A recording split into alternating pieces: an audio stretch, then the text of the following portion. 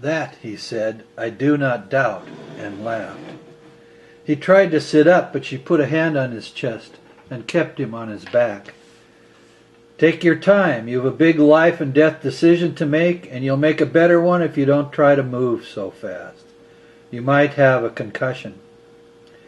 She got up to move on to other duties, and a couple of her very large wolf dogs lay down next to him, clearly encouraging him to stay put. The killing field was next possessed by groups of people, young and old, who moved among the mess picking up pieces of metal, while a tow truck arrived and began to pull the vehicles apart. It was a bad business, separating metal from body parts, but one that had to be done. Like Ryder, each was dressed in quiet earth-like colors, accented with splashes of beaded or crafted art, which had made them essentially invisible inside the tree line on the sides of the road around the zone of death.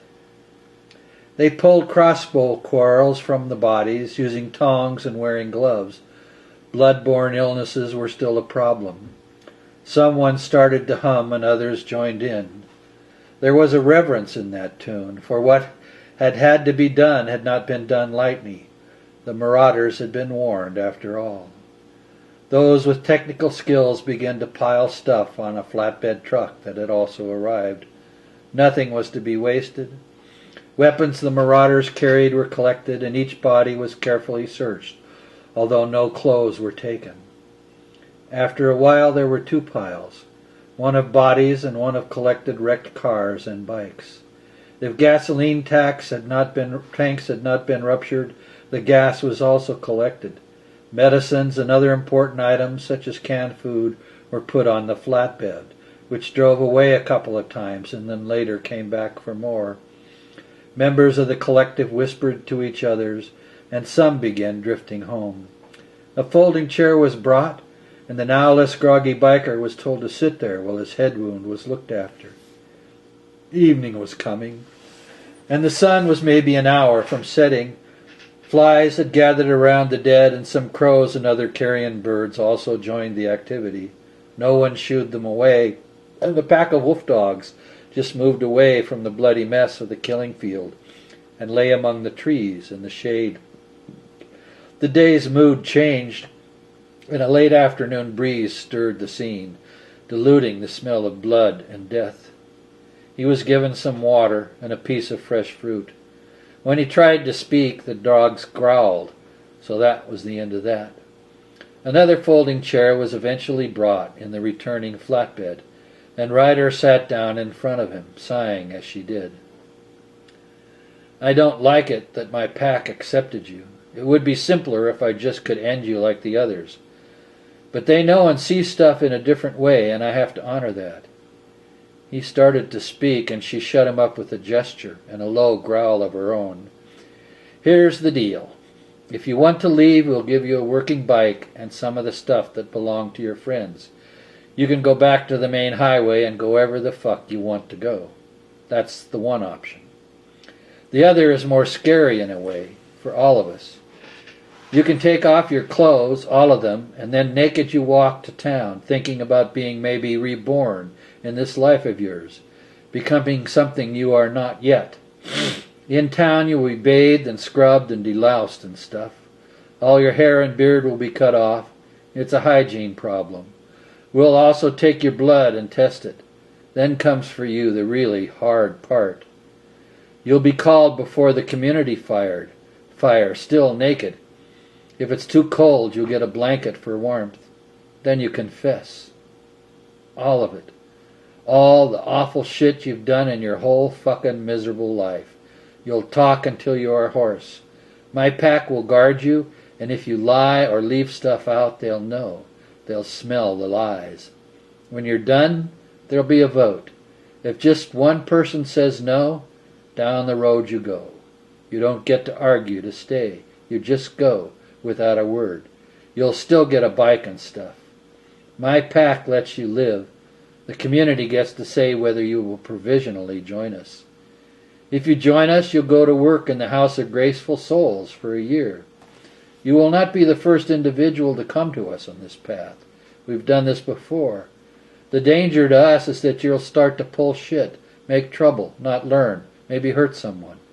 That happens, my pack gets to have you. Then it's not down the road on a bike. It's into the woods, and they'll hunt you down and kill you in a way nobody here will give a shit about. It's a hard world now, as you know. Same with us. We don't take any prisoners, but sometimes we find a new friend.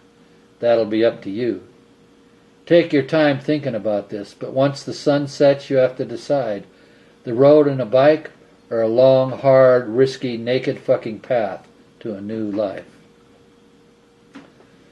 A lot of post-apocalyptic movies of the before time, the time leading to the descent into and through chaos and anarchy, showed fractured, violent communities where people wore ugly clothes and lived in ugly houses and used ugly speech. The town of Sanctuary, where Horse and Rider lived, intentionally did the opposite. It put art at its center, as its heart. Each person thought of themselves as a work of art, and each living place and each path and each workspace was also a work of art. Even the killing field was seen as a work of art, and those who carried out its details thought of all that destruction and violence as a horrible and necessary ritual work of art. Death was not taken lightly. One of the places in Sanctuary built and kept repaired ultralight, tiny, flying, one-seat planes. If you flew over Sanctuary in one of them, you would hardly see it at all, because it was so well integrated into the forest and meadows and natural-seeming fields. For example, planted everywhere were the Three Sisters, as known to the Iroquois Confederacy and other Native American ways. The center was a stalk of corn, right next to which was a bean plant, having a vine-like character which climbed the corn stalk, while at the base was a gourd-like plant, such as a pumpkin or squash, spreading its leaves outward from the core of corn and bean vine. Wherever you walked in Sanctuary, you would run into the Three Sisters, for there were thousands of them spread among acres and acres of land and village. The roofs of houses were planted as well, with everywhere herbs and medicinals and flowers and such. Woodworkers and weavers made doors and curtains, many of which had glass, for there was both a glass works and a pottery works. Large herds of sheep and goats prowled the outer precincts of the village, all watched and tended by young children and dogs. 2 strong year-long flowing streams ran in and through and near Sanctuary, from which water wheels gave power to turn the granite stone wheel for grinding corn and wheat into flour. The water wheels also generated electricity, for the now Platte civilization was not despised as much as harvested for items that should not be lost. Sanctuary was a town that wove together both ancient and modern arts, for it tried to preserve as much as possible all the knowledge of humanity from the before time. At its core was the library. During the last years of the before time, some far thinkers saw the coming time of chaos and prepared for it by gathering as much human knowledge as possible into high-density data disks. These disks, which were of various types and kinds according to the taste of those who created them, were then distributed all over the world in the company of multiple copies of each disk and multiple and-crankable laptop computers. Search software came with each disk set that allowed the holder of the library to find out how to treat such social chaos-related diseases as cholera and dysentery. Also included was how to create penicillin or make insulin, literally thousands and thousands of basic instructions from which one might be able to receive and recreate medicines and even technology. As well, all that could be gathered of ancient cultures was included in the library. For a time, as different folk all over the world created their own versions of the library, each individual group traded copies of their material with other groups. When the final stages of the collapse drew near and internet communication itself disappeared, human knowledge had been saved from the ravages of the ensuing descent into madness, in various degrees in a multitude of places and languages. Sanctuary itself was intentionally created as a survival home for different people with different skill sets. Originally, there were about 1,500 people living there, and since its establishment, another 1,500 have been added. One did not have to have a skill, but whether it was divine providence or just simply blind chance, multiple kinds of expertise ended up in these forested hills in the San Francisco mountains near what had once been called the Four Corners area of the United States. Then, of course, there were the children. Some showed up by themselves or in groups of 2 or 3. How they survived to get there was a miracle. A few were part of the community from the beginning, and many had been born since the first ingathering, as it was called. More than a few were of the fabled star children that the before time had started to notice. These were unusual individuals, capable of all kinds of mental and social arts never before seen. Each such child added something to the community of sanctuary that could not have been imagined to have existed before. Ryder was 9 when she walked in, dirty, dusty, starving, and wild. With her came a large bitch of a dog, something part German shepherd and part wolfhound. Huge and fiercely protective of Ryder, yet completely docile and obedient, as if bitch, as Ryder named her, was somehow part of Ryder's mind. The two always lived alone at the edge of the village.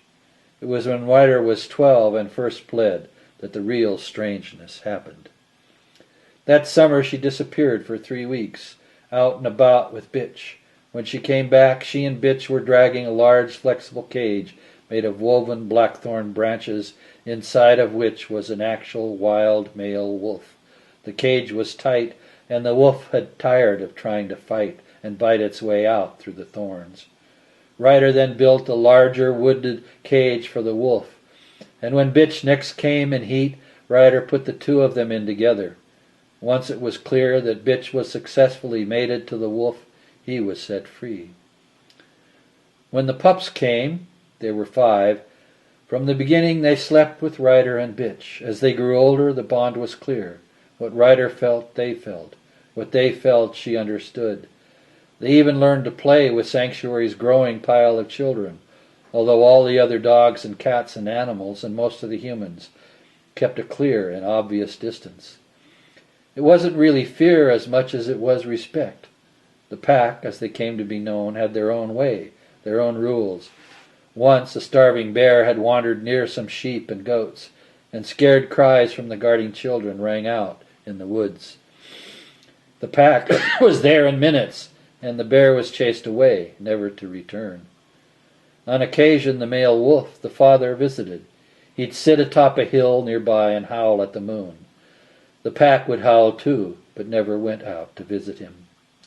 When Ryder was 15, she singled out a man who was not just by reputation tough, but been an actual soldier, a former Marine.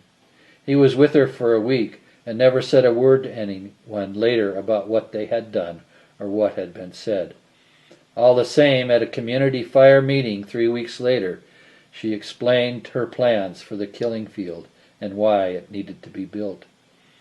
They had had some problems before, with wanderers bringing their troubles with them, but until she spoke that night at the circle fire, the community had never felt the spirit of the thing. No one had ever said what she said about death needing to be beautiful as well as violence. Sanctuary was not of a single religious view, although in the before time many had believed in turning the other cheek. Hard questions were thrown at her that night, and she stood before them for the first time in the costume she had made and which she wore when the rite of the art of the killing field was enacted.